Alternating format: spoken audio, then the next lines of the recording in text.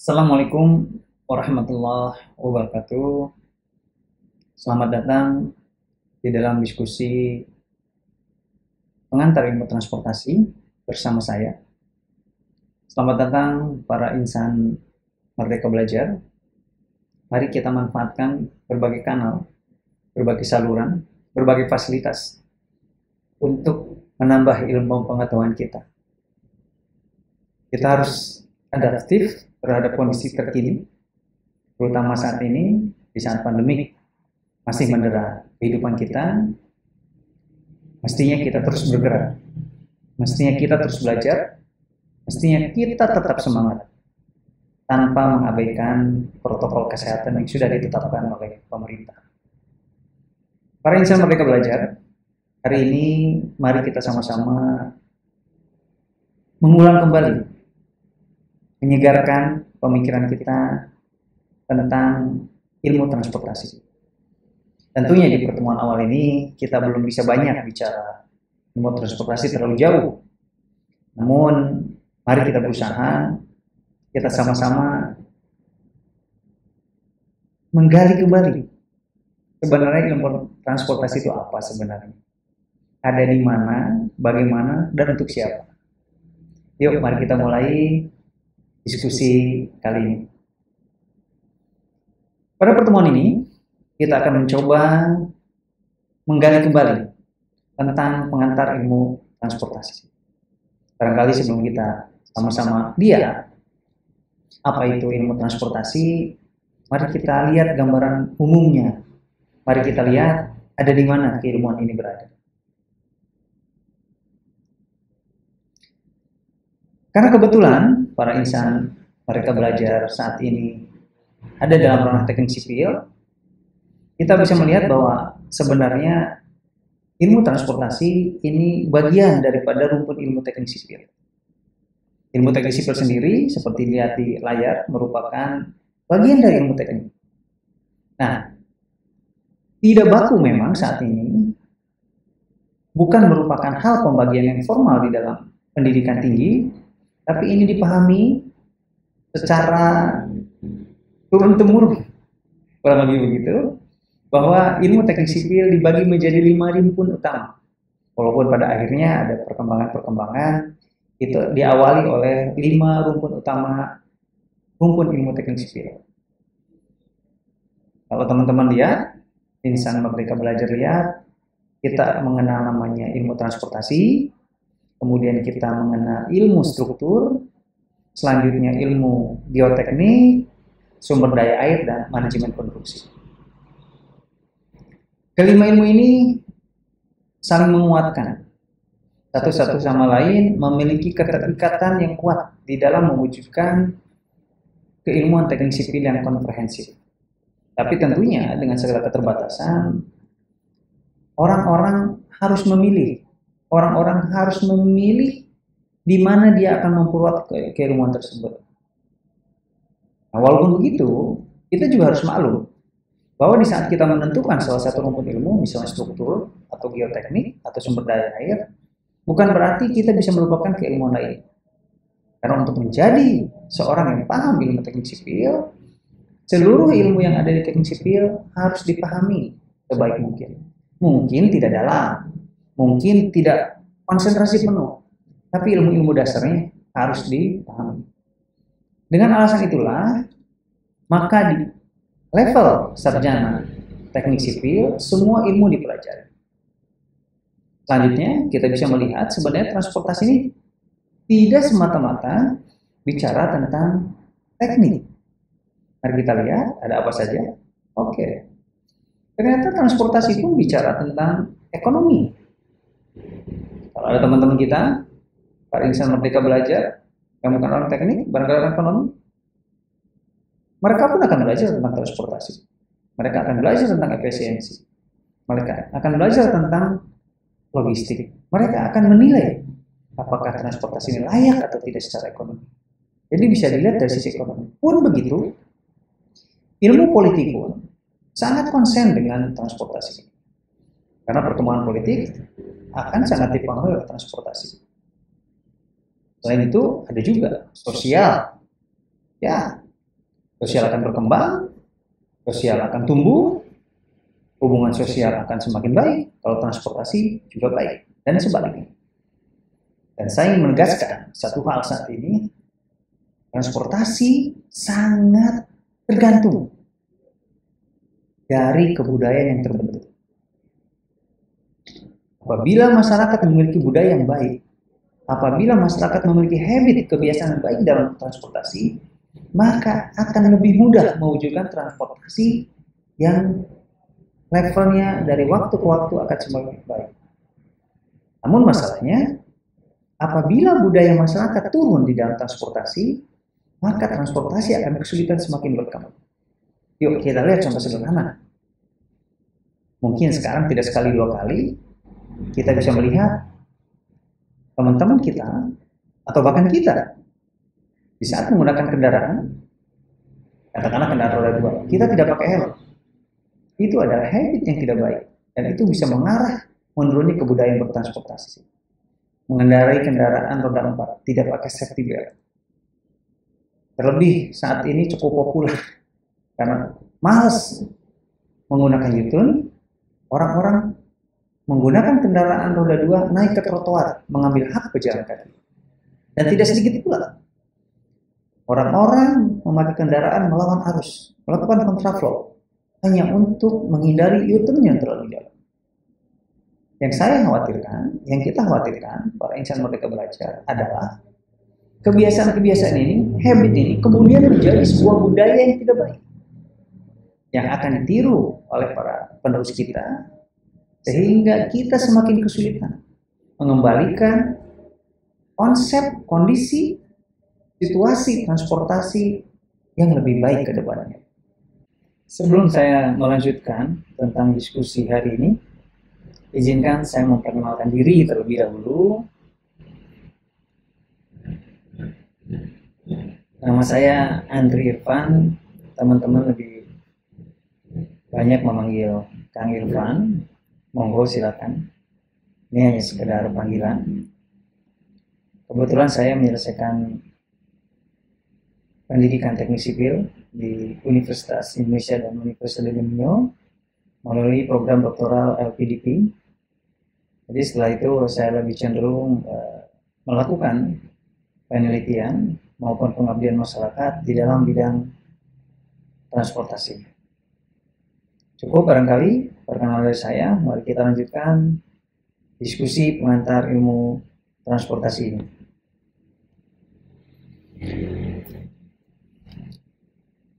Kebiasaan saya di dalam diskusi tentang ilmu transportasi, di kelas, di ruang seminar, atau sekedar kongko-kongko, saya selalu memulai ini dengan menceritakan terlebih dahulu.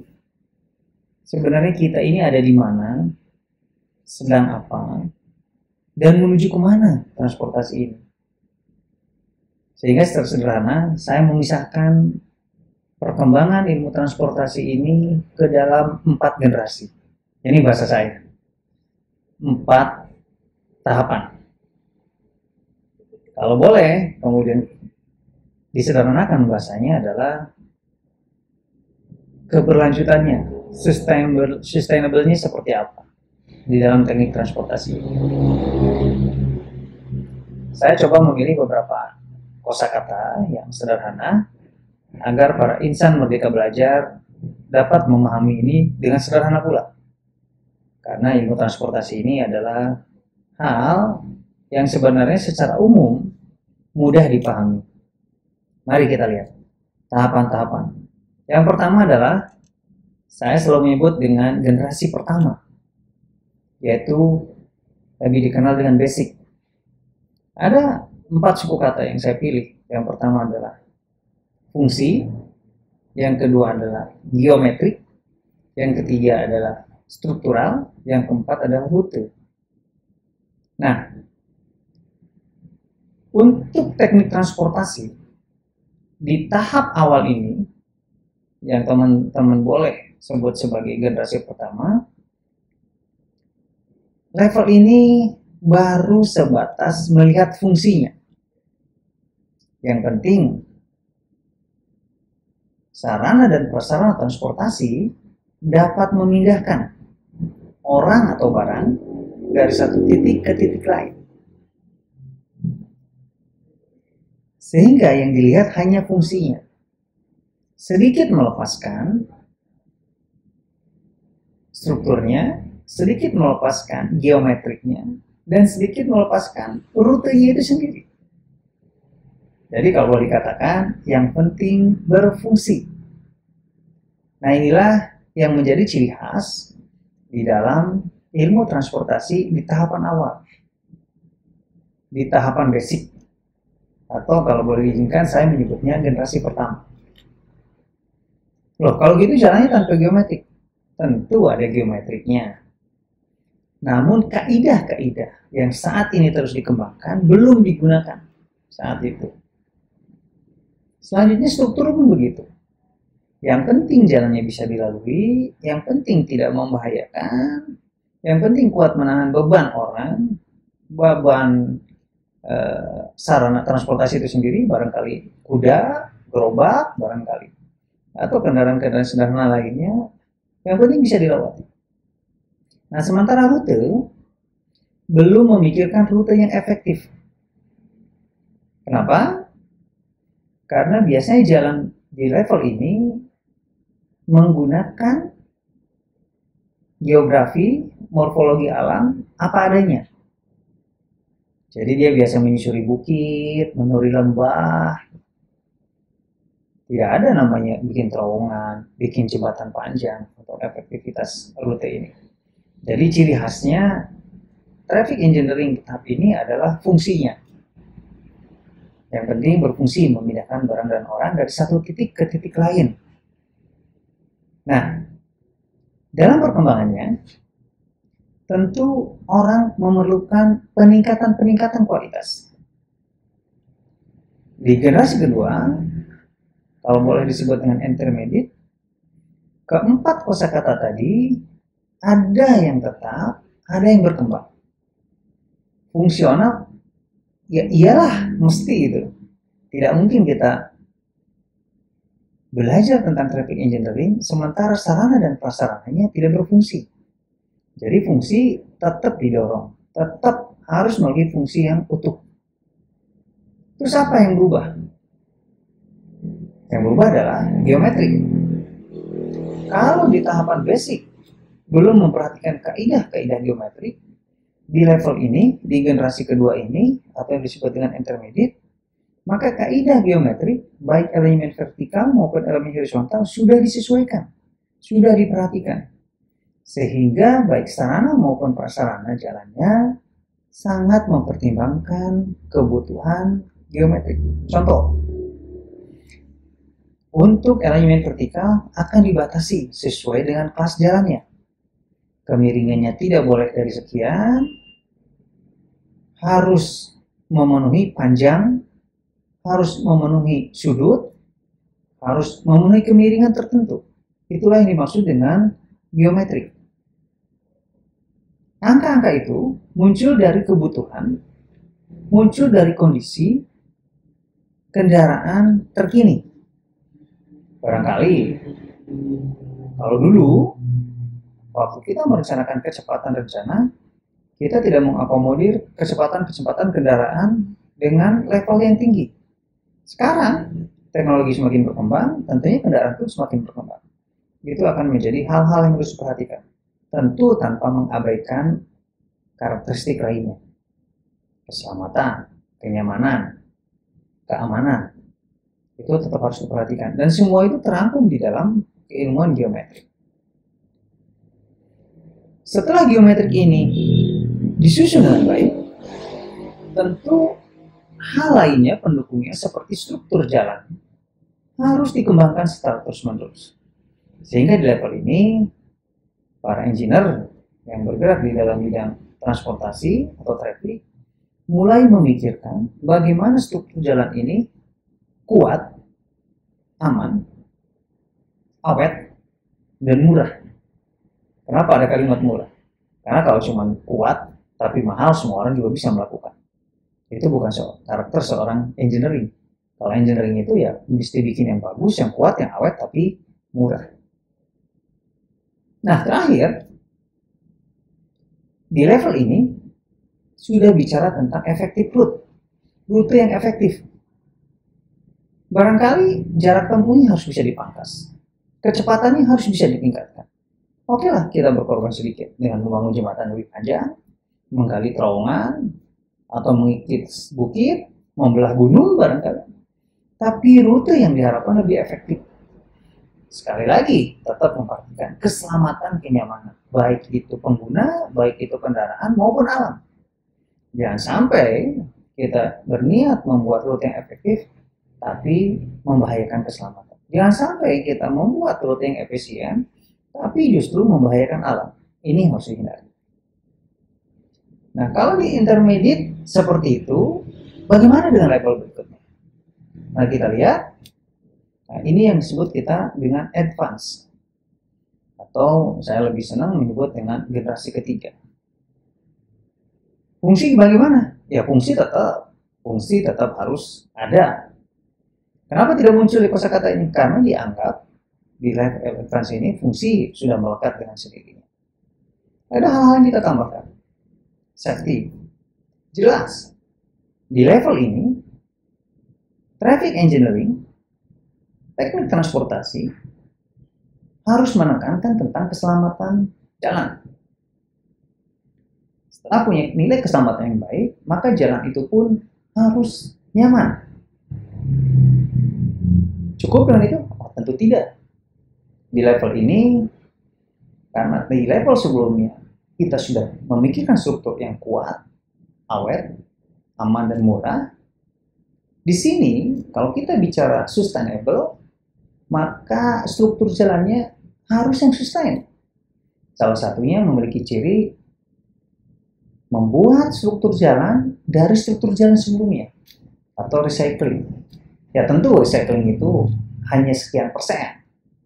Tapi langkah ini memperjelas, membuat kita lebih memikirkan alam. Kalau dulu kita berpikir, nggak apa-apa, sumber daya banyak, gitu kan. Bisa kita gunakan, bisa kita ambil. Sekarang tidak lagi. Kita harus memikirkan. Karena hidup ini bukan sekarang saja. Mungkin 100 tahun ke depan, 200 tahun ke depan, anak cucu kita kehilangan sumber daya untuk membangun jalan. Yang salah siapa? Yang salah kita. Sehingga kita harus berhemat dengan sumber daya itu. Salah satu contoh struktural reuse ini adalah recycling aspal. Maka sebagian materialnya kita gunakan kembali, bahkan mungkin sebagian aspalnya bisa kita gunakan kembali. Nah, kondisi-kondisi ini harus terus didorong kalau kita memang ingin mencapai di level advance. Terus apa lagi yang harus kita pastikan di level ini berjalan, berfungsi, adalah sustainability. Sustainability banyak hal berkaitan. Masalah lingkungan, masalah teknis, masalah sosial, masalah ekonomi, semua harus sustain. Tidak ujung-ujung kita bikin jalan, berikutnya kita tidak bisa melihara. Bisa kita bikin jalan, tapi merusak alam. Bisa bikin jalan, tapi tidak berkelanjutan. Bisa bikin jalan 10 kilo, tapi 20 kilo berikutnya tidak dilanjutkan. Ini hal-hal yang harus jelas, harus clear di level ini. Kalau advance sudah ada, terus apa tahapan keempat? Yuk kita lihat perkembangan terakhir. Saya mengistilahkan dengan smart road. Disinilah seluruh keilmuan, lintas ilmu di-embedded ke prasarana jalan, prasarana transportasi. Apa saja? IT tentu ya. Kita kenal dengan ITS, Integrated Transportation System. Ini adalah bagian dari jalan yang cerdas. Jalan yang cerdas ini turunan dari smart city.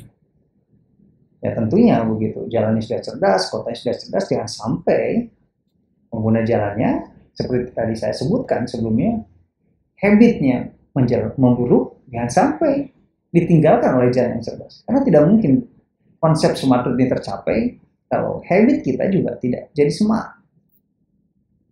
Nah, di sini kita bisa lihat empat kosakata yang saya pilih adalah smart, automatic, integrated, dan efisien. Kapan ini bisa dicapai? Di saat kita memastikan level advance sudah tercapai, Kemudian kita dorong dengan mengembedded beberapa keilmuan lain sehingga jalannya memang masuk ke generasi keempat yang lebih kita sebut dengan smart road. Pertanyaan lanjutan adalah, apakah untuk mencapai smart road harus advance dulu? Apakah untuk advance harus intermediate dulu? Atau untuk intermediate harus basic dulu? Jawabannya bisa iya, bisa tidak. Kalau memang saat ini kondisi basic mau didorong intermediate, it's okay. Tapi juga tidak menutup kemungkinan advance ini loncatan dari basic tanpa harus melalui intermediate. Jadi generasi 1, 2, 3, 4 ini tidak mesti berurutan. Dan bisa jadi juga di satu sisi jalannya sudah advance, tapi di sisi lain masih ada jalan yang basic. Itu lumrah, tergantung kebutuhan dan prioritas. Contoh, di kota-kota besar, di metropolitan, di ibu kota negara, barangkali sudah ada smart road. Tapi di sisi lain, di belahan sisi lain, misalnya di Indonesia, di wilayah lain, masih ada yang basic. Itu adalah fakta. Tidak mungkin kita membangun jalan, membangun sarana transportasi semuanya harus advance. Semua disesuaikan dengan skala prioritas. Sehingga level ini tidak menunjukkan tahapan, tapi ini menunjukkan konsep cara berpikir, kita mengetahui kita berada di level mana, kita akan bawa kemana, dan apa yang akan kita lakukan. Kurang lebih seperti itu kalau kita bicara tentang relevance of sustainable traffic engineering. Yang penting para insan merdeka belajar memahami ada di mana, mau diapakan, apa yang harus dilakukan. Kurang lebih seperti itu perihal level dari sustainable traffic engineering. Yuk kita sedikit refresh sedikit ke belakang mundur. Di monitor ada dua gambar. Yang satu tentu itu ada di kita di Indonesia, yang satu di negara lain. Tapi kurang lebih habit situasi yang ada sama. Yang berada di kita di mobil di angkutan umum berjenis LV ini, anak-anak sekolah bergelantungan. Yang saya tidak tahu apakah memang di dalamnya penuh atau memang gagayaan atau memang mau adem. Tapi yang pasti dia adalah over capacity. Nah, untuk kereta api di negara tetangga juga kurang lebih seperti itu. Jadi ini juga over capacity. Indonesia 10 tahun ke belakang atau 15 tahun ke belakang masih seperti ini. Tapi alhamdulillah saat ini layanan angkutan umum berbasis rel di Indonesia sudah jauh lebih baik. Kalau kita lihat kembali ke konsep tadi, apakah ini termasuk transportasi di level advance kah, di level smart road kah, atau sebaliknya di level basic? Nanti kita akan bahas, kita akan jawab setelah beberapa slide berikut. Ini hal yang sama. Ada pengendara roda 2 membawa sejumlah hewan, tidak menggunakan pengaman kepala, entah tangan kirinya pegang apa, tapi kalau kita boleh berasosiasi, kalau di kita saat ini banyak juga saudara-saudara kita yang bahkan menggunakan kendaraan roda 2 motor gitu, sambil bermain handphone, buka WA dan seterusnya. Di satu sisi, di bawah, di negara jauh sana barangkali ini, itu adalah overload, bahkan over capacity. Mungkin kalau bisa kita detailkan, mungkin oversize ya. Dan luar biasanya juga di atasnya juga banyak orang. Kalau kita menggunakan pengertian transportasi tradisional, ya jelas ini memindahkan orang dan barang. Bahkan sangat banyak orang yang dipindahkan, barang yang dipindahkan juga sangat banyak. Sehingga sebenarnya mungkin ini dibilang efisien, karena secara mata uang pasti lebih murah. Tapi apa ini yang terus akan kita kembangkan? Sehingga di bagian bawah monitor para insan Merdeka Belajar, saya sengaja menuliskan 4 suku kata juga. Safety, comfort, efficient, dan convenience. Sederhana. Apakah gambar-gambar tadi, yang 4 gambar ini, memenuhi keempat karakter dari transportasi yang kita harapkan? Atau sebaliknya, belum memenuhi? Dan tentu suku kata ini tidak ujuk-ujuk saya dapatkan, saya ngarang gitu kan. Ini saya ambil dari salah satu buku yang banyak digunakan oleh para pembelajar ilmu transportasi di dunia ini. Ini adalah bukunya, Traffic Engineering, di edisi 4. Ini adalah pengertian dari ilmu transportasi. Ilmu transportasi di sini disebutkan bahwa tujuan utama dari ilmu transportasi adalah safety. Memang ada beberapa adjektif lainnya. Ada speed, ada comfort, ada convenience, ada economics, ada environmentally compatibility. Nah, kondisi-kondisi ini, parameter-parameter ini mestinya dapat dicapai dalam setiap perkembangan transportasi. Pertanyaan sederhana. Kalau primary objektif dari traffic engineering ini tidak tercapai, apakah masih bisa disebut dengan transportasi? Jawabannya kembali, bisa iya, bisa tidak. Kalau kita melihat transportasi ini hanya memindahkan orang dan barang, tanpa ada syarat-syarat lain, maka keempat gambar tadi termasuk transportasi. Tapi kalau kita sambungkan dengan tujuan dari traffic engineering yang akan kita pelajari dalam beberapa serial ke depan, saya agak ragu, apakah ini yang dimaksud dengan transportasi? Karena kalau sekedar memindahkan orang dan barang tanpa memperhatikan tujuan utama dari traffic engineering, kita rasa-rasanya harus sedikit mengesampingkan kalau itu yang dimaksud dengan transportasi. Saya sengaja membuat para insan Merdeka Belajar ke arah sana untuk mendorong kita, kita-kita yang memang belajar dalam ilmu transportasi ini, mau dibawa kemana transportasi ini, mau diarahkan kemana transportasi ini. Karena ujungnya, fasilitas apapun yang kita bangun, infrastruktur apapun yang kita kembangkan, tanpa kita mendorong habit, tanpa kita mendorong budaya transportasi yang baik, makan sia-sia. Dan ingat, safety sebagai primary objektif dari traffic engineering, faktor utamanya adalah manusia.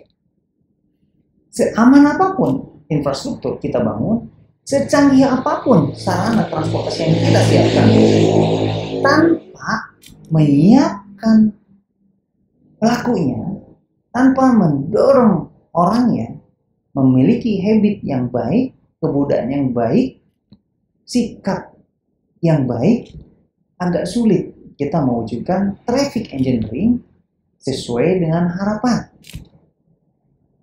Terlebih, kita tahu ada objektifnya, ada speed, ada comfort, ada convenience, ada economy, ada environmental compatibility.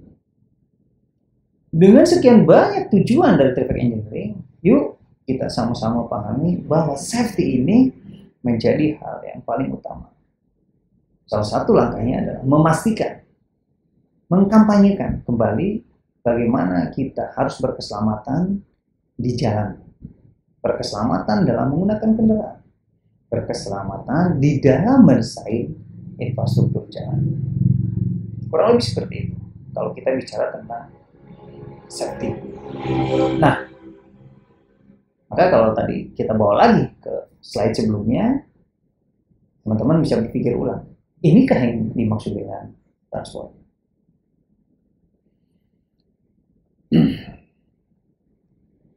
Terus setelah kita mengetahui ini, bagaimana caranya?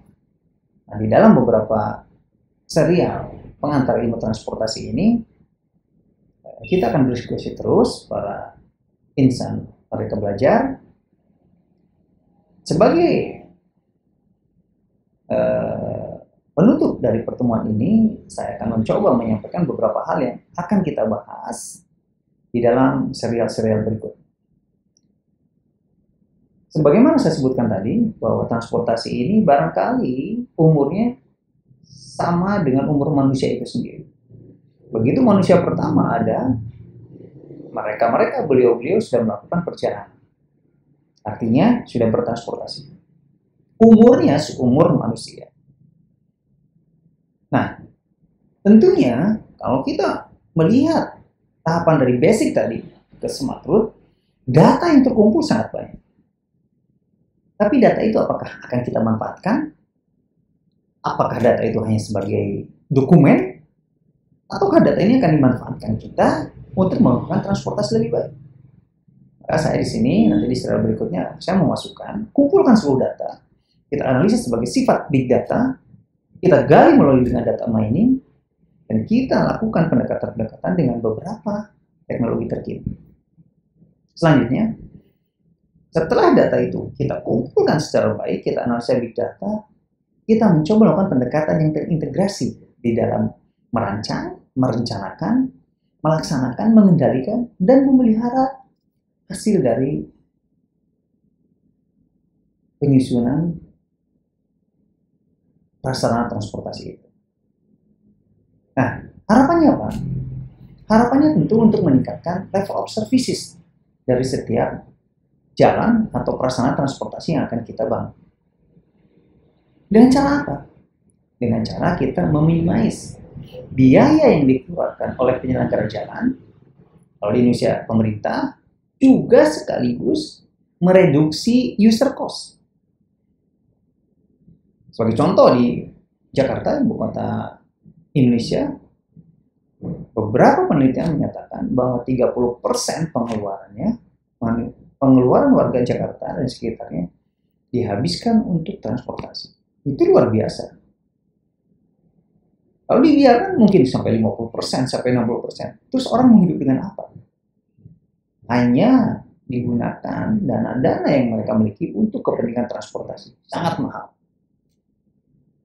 Nah, dengan mendorong contoh transportasi publik, public transportation didorong makin baik, maka akan menurunkan user cost. Juga akan menurunkan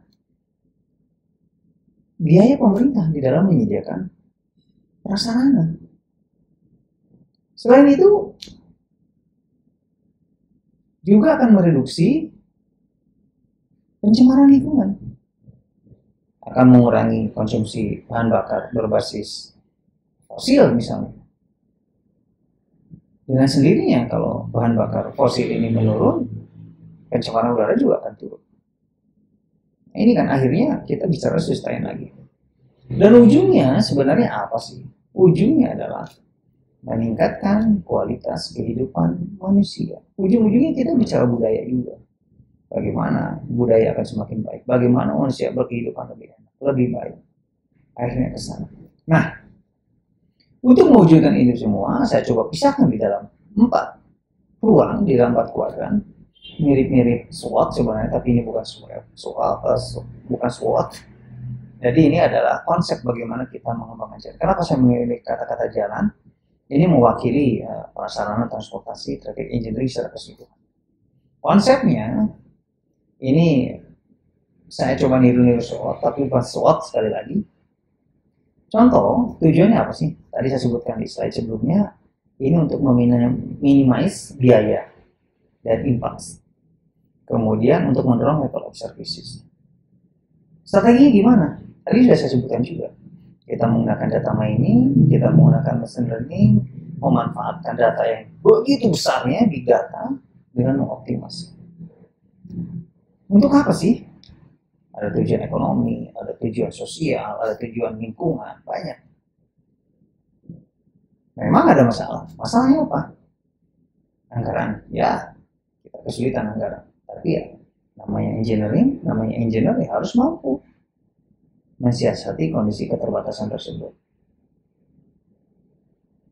Hambatan lain apa? Sudah saya sebutkan tadi di slide-slide sebelumnya, sumber daya yang tersedia dari hari ke hari semakin menurun. Dan yang pasti, kondisi lingkungan pun lama-kelamaan juga semakin menurun. Ini yang harus menjadi konsen kita di dalam mengembangkan transportasi, terutama pengembangan jalan. Kurang lebih itu konsep yang ingin saya sampaikan ke para insan Merdeka Belajar. Insya Allah kita akan bertemu lagi di beberapa serial berikutnya. Semoga tidak bosan. Semoga diskusi ini bermanfaat untuk kita semua. Sekali lagi saya ucapkan terima kasih. Sampai jumpa di pertemuan berikutnya.